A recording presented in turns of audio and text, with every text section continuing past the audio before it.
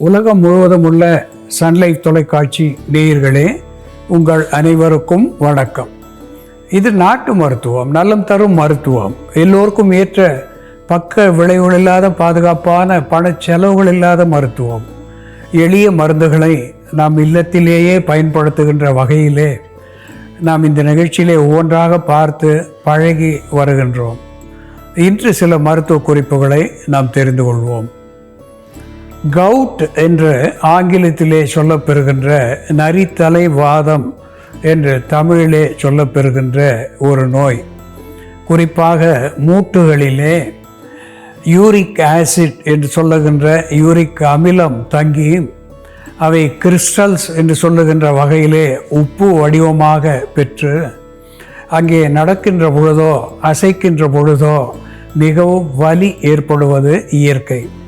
குறிப்பாக கால் கட்டை விரல் முதலாக முட்டி வரையிலாக ஏற்படுகின்ற ஒன்று. அதிகமாகின்ற பொழுது கழுத்து, இடுப்பு போன்ற பொருத்துக்களிலே வலி ஏற்படுத்துவது வழக்கம். குறிப்பாக குருதியிலே 7 என்கின்ற புள்ளிக்கு மேலாக யூரிக் அமிலம் அதிகமாகின்ற பொழுது பல்வேறு தொல்லைகளை அது தருகிறது. 3 முதல் 4 வரையிலே குருதியிலே இருக்கும்படி பார்த்து கொள்ள வேண்டும். இந்த யூரிக் அமிலத்தை கிறிஸ்டலாக மாறிய அந்த அமிலத்தை கரைக்கக்கூடிய வல்லமை உடையது வாழைப்பழம், பெனானா ஃப்ரூட். இந்த வாழைப்பழத்திலே பொட்டாசியம் நைட்ரேட் என்கின்ற வேதிப்பொருள் மிகுதியாக இருக்கிறது. இந்த பொட்டாசியம் நைட்ரேட் இதய ஓட்டத்துக்கு, இதய நாளங்களிலே ஏற்படுகின்ற பிரச்சனைகளுக்கு ஒரு அற்புதமான மருந்தாகி இதயத்துக்கு பலம் தருகிறது என்று நாம் தெரிந்திருக்கிறோம்.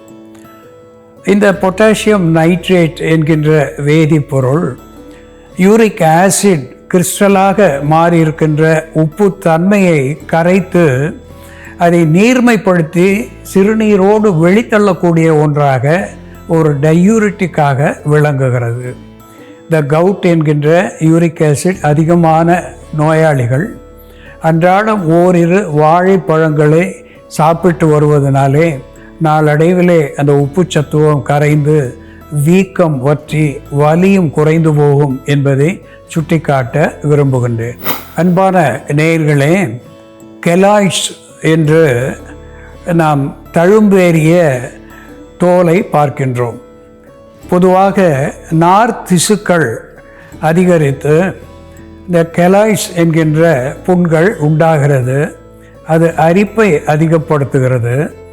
அது ஏதேனும் அடிபட்ட போதோ அல்லது வேர்க்குரு போன்ற கொப்புளங்கள் வந்த போதோ புரியாத ஒரு காரணமாக அன்னோன் டிசீஸ் என்று சொல்லக்கூடிய வகையிலே இந்த கெலாய்ட்ஸ் என்ற தழும்புகள் ஏற்படுகிறது.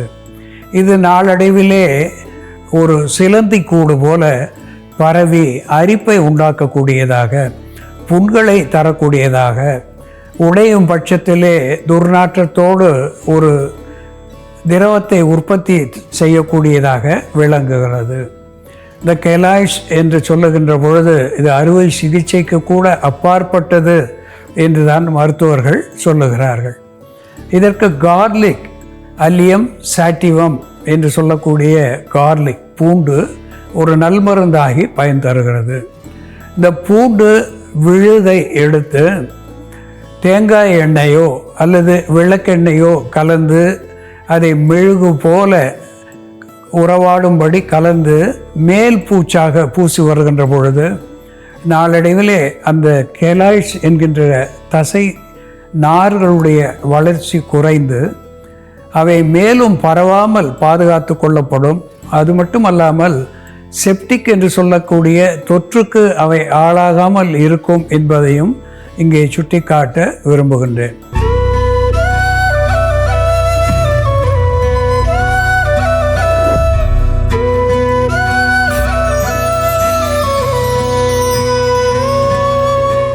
அன்பான நேயர்களே, கோடை காலத்திலே நாம் பல்வேறு நோய்களுக்கு ஆளாகின்றோம். குறிப்பாக புற நோய்கள் என்று சொல்லுகின்ற தோலை பற்றிய நோய்கள், கண்களிலே எரிச்சல், உடலுடைய தோல் மங்கி போகுதல், சுருங்கி போகுதல், கருப்பாகி போகுதல், இப்படிப்பட்ட நிலை ஏற்படுகிறது. அழகு குறைபாடு ஏற்படுகிறது. ஆரோக்கிய குறைபாடு என்று சொல்லுகின்ற பொழுது சிறுநீர் தாரையிலே எரிச்சல், நீர் குறைபாடு, அதனாலே முகத்திலே சுருக்கம் ஏற்படுவது, தோலினுடைய நிறம், அதனுடைய மென்மை மங்கி போகிறது.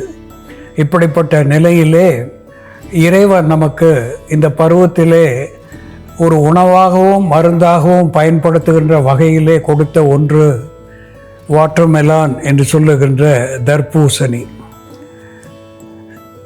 இந்த தர்பூசணி என்பது பூசணியைப் போலவே உடையது, இனிப்பு உடையது. இதில் இருக்கின்ற சிவப்பு வண்ணம் லைகோபீன் என்று சொல்லுகின்ற ஆன்டி ஆக்சிடென்ட் என்கின்ற மருத்துவ குணத்தை பெற்றிருக்கிறது. சிவப்பு வண்ணமுடைய இது புற்று வாராத வண்ணம் தடுக்கக்கூடியதாக, குறிப்பாக குடலிலே ஏற்படுகின்ற அல்சர், குன்மம் என்று சொல்லுகின்ற நிலை, நாள்பட்ட குன்மம் என்பது பின்னர் அது புற்றாக உருவாகின்ற நிலை. அதற்கு இது ஒரு தடுப்பு மருந்தாகிறது, புற்று வாராமல் தடுக்கிறது. இதில் இருக்கின்ற லைகோபீன் மட்டுமல்லாமல் பொட்டாசியம் என்கின்ற சத்துவம், ஃபைபர் என்கின்ற நார் சத்துவம், விட்டமின் ஏ என்கின்ற ஆன்டி ஆக்சிடென்ட், விட்டமின் சி என்கின்ற ஆன்டி ஆக்சிடென்ட், இவை அத்துணையும் நோய் எதிர்ப்பு சத்துவத்தை நமக்கு உள்மருந்தாக தரக்கூடியதாக விளங்குகிறது. இந்த தர்பூசணியை சிவப்பு வண்ண பகுதி வரையிலே இனிப்பாக இருப்பதனாலே அவற்றை மட்டும் நாம் பயன்படுத்திவிட்டு இதனுடைய வெண்மை பகுதியை நாம் வீசி எறிந்து விடுகிறோம். அது உணவாக கூட பயன்படுத்தக்கூடிய ஒன்றுதான், உள்ளுக்கு சாப்பிடக்கூடிய ஒன்றுதான். இனிப்பு இல்லை என்றாலும் அது பூசணியைப் போல அத்துணை சத்துவங்களையும் அது பெற்றிருக்கிறது. இந்த வெள்ளை பகுதியோடு கொரியாண்ட்ரம் சாட்டிவம் என்று சொல்லுகின்ற தனியாவை சேர்த்து அதனோடு அஜ்வைன் என்கின்ற ஓமம், இந்த ஓமம் ஒரு anti bacterial, anti fungal, anti microbial, anti viral, anti inflammatory, analgesic என்கின்ற வகையிலே ஓமம் வயிற்று கோளாறுகளை வேறறுக்கக்கூடியதாக விளங்குகிறது. வயிற்று பூச்சிகளை வெளித்தள்ளக்கூடிய ஒரு ஆன்டி எல்மின்தாக விளங்குகிறது. வீக்கங்களை கரைக்கக்கூடியதாக விளங்குகிறது. வாந்தி குமட்டலை போக்கக்கூடியதாக திகழ்கிறது. கல்லீரல் மண்ணீரல் நோய்களுக்கு மருந்தாகிறது. தனியா உடலுக்கு குளிர்ச்சி தருகிறது. ஒரு டயூரிட்டிக் என்கின்ற வகையிலே சிறுநீரை பெருக்குகிறது. சிறுநீரகத்துக்கு பலம் தரக்கூடியதாக விளங்குகிறது. அதுவும் இரும்பு சத்துவம், விட்டமின் சி செறிந்ததாக விளங்குகிறது. இன்றைக்கு இந்த தர்பூசணியினுடைய வெள்ளை பகுதி, சதை பகுதியோடு இந்த தனியா ஓமம் சேர்த்து எப்படி மருந்தாகிறது என்று பார்ப்போம், வாருங்கள். நேயர்களே, நாம இன்னைக்கு தர்பூசணி பழத்தின் உள்ளே இருக்கக்கூடிய வெண்மை நிற சதை பகுதியை பயன்படுத்தி இரத்த நாளங்களில் இரத்த ஓட்டத்தை சீர் செய்து இரத்த அழுத்தத்தை, உயர் இரத்த அழுத்தத்தை குறைக்கக்கூடிய ஒரு மருந்து, சிறுநீரக கற்களினால் ஏற்படக்கூடிய வலியை போக்கி சிறுநீரக தாரையில் ஏற்படக்கூடிய தொற்றை சரி செய்யக்கூடிய மருந்து எப்படி தயார் பண்றதுன்னு பார்க்கலாம். இதற்கு தேவையான பொருட்கள்: தர்பூசணி பழத்தின் வெண்மை நிற சதை பகுதி, தனியா, ஓமம், இந்துப்பு, கரியுப்பு. தனியா மற்றும் ஓமம் இவை ரெண்டும் மட்டும் நம்ம வறுத்துடணும். ஒரு அரை தேக்கரண்டி அளவு தனியா எடுத்துக்கலாம். கொத்தமல்லி விதைக்கு பதில் நம்ம கொத்தமல்லி இலை கூட பயன்படுத்தலாம். இலையாக இருந்ததுன்னா நம்ம அப்படியே ஜூஸ் எடுத்துக்கலாம். கொத்தமல்லி விதையை நம்ம இப்போ வறுத்துட்டு அதோட கொஞ்சமாக ஓமம் சேர்த்துக்கலாம். இந்த விதை வறுப்பட்டதும் நம்ம கொஞ்சம் ஓமம் அதிகமாக சேர்க்காம ஒரு 1/4 தேக்கரண்டி அளவு சேர்த்து வாசனை வர வரைக்கும் லேசாக வறுத்துடலாம். வறுத்துட்டு இது நம்ம எடுத்துக்கலாம் தனியாக. இப்போ நம்ம இந்த தர்பூசணி பழத்தோட சிவப்பு நிறத்தை பயன்படுத்தாமல் இந்த வெண்மை நிற பகுதி மட்டும், கீழே இருக்கக்கூடிய வெண்மை நிற பகுதி மட்டும் தோல் சீவிட்டு எடுத்து வச்சுருக்கோம். இந்த வெண்மை நிற பகுதியில் பார்த்தோம்னா அதிகப்படியான நீர் சத்து இருக்குது. தர்பூசணி பழத்தில் எப்படி இருக்கோ அதே மாதிரி நீர் சத்து, நார் சத்து இது எல்லாமே நிறைய இருக்குது. மெக்னீஷியம் சத்தும் இருக்குது. அதே போல் விட்டமின் சியும் சிட்ருலின் L-சிட்ருலின் அப்படின்ற ஒரு வேதிப்பொருளும் இதில் இருக்குது, பயோ வேதிப்பொருளும் இருக்குது. இந்த L-சிட்ருலின் நம்ம இரத்த நாளங்களில் ஏற்படக்கூடிய அழுத்தத்தை போக்கக்கூடிய மருந்தாகவும், உயர் ரத்த அழுத்தத்தை குறைக்கக்கூடிய மருந்தாகவும், சிறுநீரக கற்கள் ஏற்படாமல் தடுக்கக்கூடிய மருந்தாகவும் செயல்படும். அதனால் நம்ம இந்த தர்பூசணியோட வெள்ளை பகுதியை எடுத்திருக்கோம்.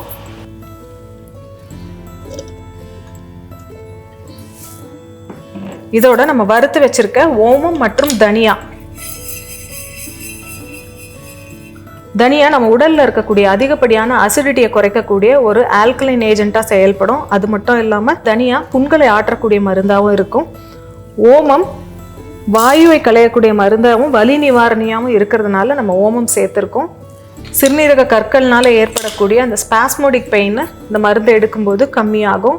அதே மாதிரி ஓமம் ஆட் பண்ணுறதுனால மசில்ஸில் ஏற்படக்கூடிய இறுக்கமும் கம்மியாகும், மசில் ரிலாக்ஸண்ட்டாகவும் அது செயல்படும். இதோட நம்ம இந்துப்பு கொஞ்சமாக சேர்த்துக்கலாம். இந்துப்போட கரியுப்பு, கொஞ்சமாக கரியுப்பு, இவை இரண்டையும் சேர்த்து நம்ம அரைச்சிடலாம். நீர் விட்டு அரைக்கணும். இதை கொஞ்சம் அரைச்சிட்டு அதுக்கப்புறம் தண்ணி விடலாம்.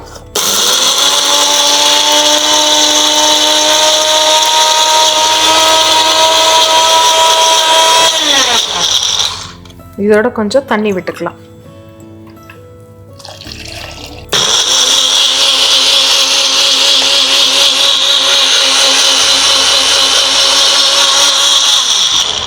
மருந்து இப்போ தயாராகிடுச்சு, வடிகட்டிடலாம்.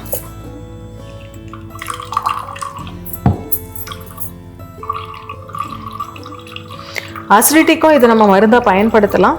நெஞ்செரிச்சல் இருக்கும் பொழுது இது குடித்தோம்னா அந்த எரிச்சல் கம்மியாகும், நல்லா சில்லுன்னு இருக்கும். உடல் உஷ்ணத்தினால ஏற்படக்கூடிய சிறுநீர் தாரை எரிச்சலும் இந்த மருந்து எடுக்கும்போது கம்மியாகும். அசிடிட்டினால கூட சில நேரங்களில் சிறுநீர் தாரையில் எரிச்சல் வரும். அதற்கும் இது நம்ம மருந்தை பயன்படுத்தலாம். தர்பூசணி பழத்தின் வெண்மை நிற சதைப்பகுதி, ஓமம், தனியா, இந்துப்பு, கரியுப்பு மற்றும் நீர் சேர்ந்த இந்த மருந்து தினமும் ஒருவேளை நம்ம பருகிட்டு வரும் பொழுது சிறுநீர் தாரையில் ஏற்படக்கூடிய எரிச்சல் சரியாகும். சிறுநீர் தாரை தொற்று இருந்தால் சரியாகும். உயர் ரத்த அழுத்தம், ஹை பிபி இருக்கிறவங்களுக்கு ஏற்படக்கூடிய பிரச்சனைகள் கம்மியாகும். உயர் ரத்த அழுத்தத்தை கட்டுப்படுத்தக்கூடிய மருந்தாகவும் ஆர்டரிஸை பலப்படுத்தக்கூடிய ஒரு மருந்தாகவும் இது செயல்படும். அன்பான நேயர்களே, இந்த கோடை காலத்திலே நமக்கு எளிதாக கிடைக்கக்கூடிய ஒரு கனி தர்பூசணி பழம், வாட்டர்மெலான் என்று சொல்லக்கூடிய ஒன்று. இந்த வறட்சியை போக்கக்கூடிய ஒரு கனியாக இது நாம் மிகுதியாக பயன்படுத்துகின்றோம். இதனுள்ளே 100% விழுக்காடுகள் நீர் சத்துவத்தை பெற்றிருக்கிறது. இந்த கனியிலே 100% விழுக்காடு நீர் சத்துவம் பெற்றிருக்கிறது. அதிலே லைகோபீன் என்று சொல்லுகின்ற anti accident, vitamin A, C, fibre என்று சொல்லக்கூடிய சத்துக்கள், நார் சத்துவம் மிகுதியாக இருக்கிறது. இது ஆன்டாசிட் என்று சொல்லுகின்ற வகையிலே அமிலத்தை குறைக்கக்கூடிய ஒன்றாக, வயிற்றிலே சேருகின்ற அமிலம், அதனாலே ஏற்படுகின்ற அல்சர், குன்மம் என்கின்ற புண்ணை ஆற்றக்கூடிய ஒன்றாக, ஆன்டி கேஸ் என்று சொல்லக்கூடிய வகையிலே ஒரு வாயுவை தணிக்கக்கூடிய ஒன்றாக, ஒரு கார்மினேட்டிவ் என்கின்ற நிலையிலே அமிலத்தை மட்டுமல்லாமல் வயிற்றிலே சேருகின்ற வாயுவையும் வெளித்தள்ளக்கூடிய ஒரு கனியாக இந்த தர்பூசணி விளங்குகிறது. இதனுடைய உள்ளே இருக்கின்ற வெள்ளை சதை பகுதியோடு கொரியாண்டர் சீட் என்று சொல்லக்கூடிய தனியாவும், அஜ்வைன் என்று சொல்லக்கூடிய ஓமமும், சுவைக்காக சிறிது உப்பும் சேர்த்து ஒரு பானமாக வைத்திருக்கின்றோம். உப்பு என்கின்ற நிலையிலே உணவாக பயன்படுத்துகின்ற பொழுது காமன் சால்ட் என்கின்ற சாதாரண உப்பை பயன்படுத்துவோம். மருந்தாக நாம் ஒரு பானமாக பயன்படுத்துகின்ற பொழுது இந்துப்பு, ராக் சால்ட் என்கின்ற நிலையை நாம் பயன்படுத்துவோம். அந்த வகையிலே உப்பு சேர்த்து இந்த பானத்தை அன்றாடம் ஓரிரு முறை பருகி வருகின்ற நிலையிலே சிறுநீரை பற்றிய சிக்கல்கள், த யுட்டரின் கிராம்ப் என்று சொல்லுகின்ற வகையிலே கருப்பையை பற்றிய வலி, ஸ்பாஸ்மோடிக் பெயின் என்று சொல்லுகின்ற விட்டு விட்டு வலிக்கின்ற நிலை, அதோடு கூட ஹேமச்சூரியா என்று சொல்லக்கூடிய சிறுநீரோடு குருதி கலந்த நிலை. இப்படிப்பட்ட வகையிலே சிறுநீரை சரியான வகையிலே வெளித்தள்ளக்கூடிய ஒரு பானமாக இது விளங்குவது மட்டுமல்லாமல் குருதி நாளங்களிலே இருக்கின்ற அடைப்புகளை போக்கக்கூடிய ஒன்றாக இருந்து இதயத்துக்கு குருதி ஓட்டத்தை சீர் செய்யக்கூடியதாக விளங்கி இதயத்துக்கு நல்ல ஆரோக்கியத்தையும் புத்துணர்வையும் தரக்கூடியதாக விளங்குகிறது. இந்த கோடை காலத்திலே நாம் இழந்துவிட்ட நீர் சத்துவத்தை மீண்டும் பெற்று ஒரு ரீஜெனரேட்டிவ் என்கின்ற வகையிலே திசுக்களுக்கு ஒரு புத்துணர்வு தரக்கூடியதாக இது நமக்கு பயன் தருகிறது, புத்துணர்வு தருகிறது, பலம் தருகிறது, மனதுக்கு இதமான சூழ்நிலையை உருவாக்குகிறது.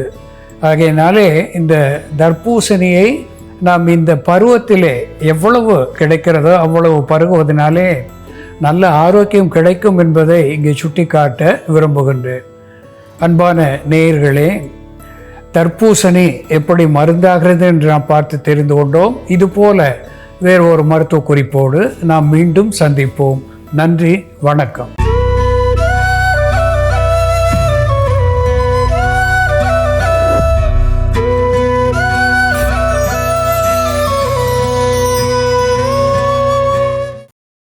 இன்னும் பல வீடியோக்களை காண சன் லைஃப் சேனலை சப்ஸ்கிரைப் பண்ணுங்க.